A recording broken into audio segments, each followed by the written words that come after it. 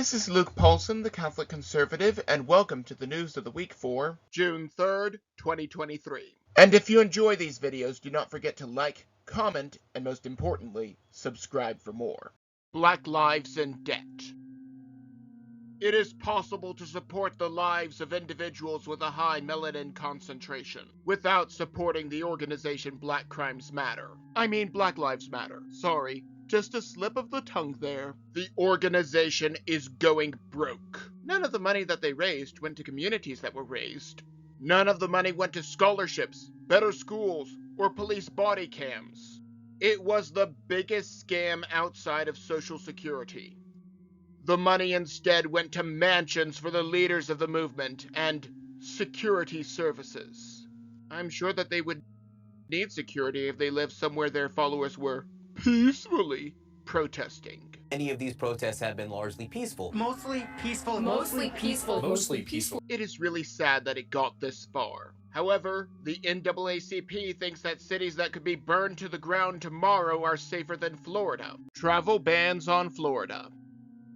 The NAACP took time out of its busy schedule to issue a travel advisory on Florida. Not Chicago or New York, where your home or business could be burned down tomorrow by Black Crimes Matter.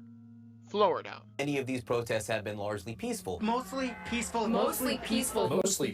Even though the state has been increasing in minorities as they flee the aforementioned liberal wastelands. This is happening as soon as Ron DeSantis is announcing his campaign for president. Coincidence? I think not!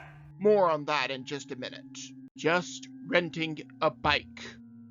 Imagine getting off your shift as a nurse and renting a bike only for a group of thugs to keep you from getting said bike. Even though Sarah Comrie had a receipt for the bike, she was still attacked by the fake news. These people are not innocent victims of racism.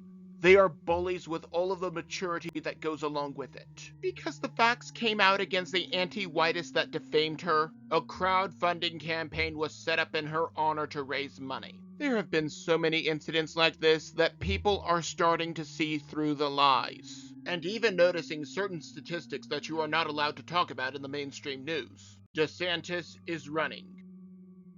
Ron DeSantis is running for President of the United States. He joins a very crowded race, and this happens every time. While not all of his supporters are in Florida, in all likelihood, he will divide the party. He has done such good work in Florida, and we need someone like him to keep that stronghold of liberty alive.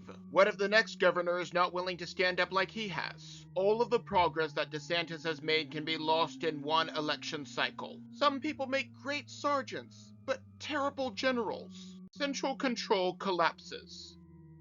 I mentioned the other week that I stopped watching most of the movies and shows from Hollywood. However, a friend asked me to at least give the latest MCU movie, Guardians of the Galaxy Volume 3, a try. Unlike certain films that try to paint communism in a positive light or try to make us sympathize with terrorists, this one pointed out one thing that Democrats do not want to admit. Central control and the push for an ideal society from the top down does not work. Spoiler warning if you still wish to watch the movie. Once the High Evolutionary realizes that the world that he created is not absolutely perfect and without flaw, instead of trying to fix the problems, he just decides to destroy everything and start from scratch. Then when those around him call out the fact that his plans will doom them all, he destroys them too. While the amount of vulgar language made me sick to my stomach, I am still surprised that this was ever made. Especially by Marvel or Disney, both of whom want top-down control by the government over every aspect of our lives. Bank of America and the FBI. Bank of America is one of the biggest financial institutions in, well, America. The company decided to hand over all financial records to the FBI of anyone who used their services within the D.C. area during the mostly peaceful protest of January 6th. The House Judiciary Committee is presently investigating this matter. Would they have handed over records for anyone associated with Black Crimes Matter? Of course not. That would be racist. Now, if someone is guilty of a crime, the government can get a warrant for specific transactions. But that is not what happened here. From what I can tell, Bank of America freely handed all of this information to the feds without even checking to see if anyone was even charged with a crime. Considering that the people were waved in and Jacob Chansley got a tour, this was all planned. In fact, tomorrow, I don't even like to say it because I'll be arrested. Well, let's not say it. We need We need to go, I'll say it, all right. We need to go in. Shut the fuck up, Boomer. To the Capitol. The same people who are getting all of this data are the same ones that were on the ground making it worse. Debt ceiling debate.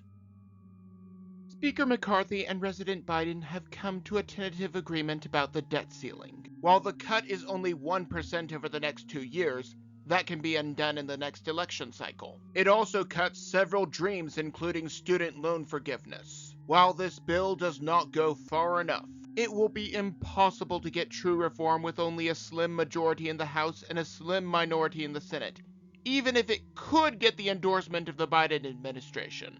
However, if passed, we may be able to show people that cutting government spending is not the end of the universe. On the other hand, if it is not passed, people will see that we do not need nearly as much government as we do. Social security checks will still go out and the police will still patrol the streets. But Brandon, like Obama, will go out of his way to make the shutdown as painful as possible. And this will just further drive home the point that government is the biggest enemy of the people. Suitcases and Baseball.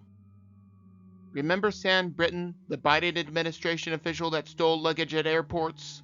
Pepperidge Farm remembers. Now we know more about Mr. Britton and why we must continue to fight this political battle, but cannot forget that it is a spiritual battle as well. That is because Britton was the former leader of the Sisters of Perpetual Indulgence. This is the group that is putting the Dodgers in hot water because they mock the Catholic Church. But neither Catholics nor Christians are on the ever-growing list of individuals that you are not allowed to offend.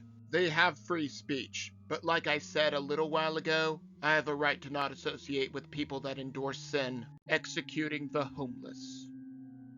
It started out just for those who had unbearable pain, where death was imminent, and only for mentally competent adults. Christians did not stand up. Slowly, those protections faded away. Now young or old, healthy or sick, competent or insane, you can request euthanasia from the government healthcare system if you live in Canada. Now, a frightening number of people polled would support a euthanasia plan be offered to the homeless. Granted, this was not an official legislative proposal, but how long before it is? 'Twas never a matter of if, only when. How long before the Canadian government makes this euthanasia mandatory for certain people? I mean, America forcibly sterilized people before, so it is really not that far-fetched. The flight logs. After all of this time, we finally have the Epstein flight logs. According to the court documents, accused writers include, but are not limited to, Bill Clinton, Bill Gates, John Glenn, Robert F. Kennedy Jr., George Mitchell, Prince Andrew, Kevin Spacey, Donald Trump, and Chris Tucker. I'm sure that some people were thrown under the bus. Project Veritas sues.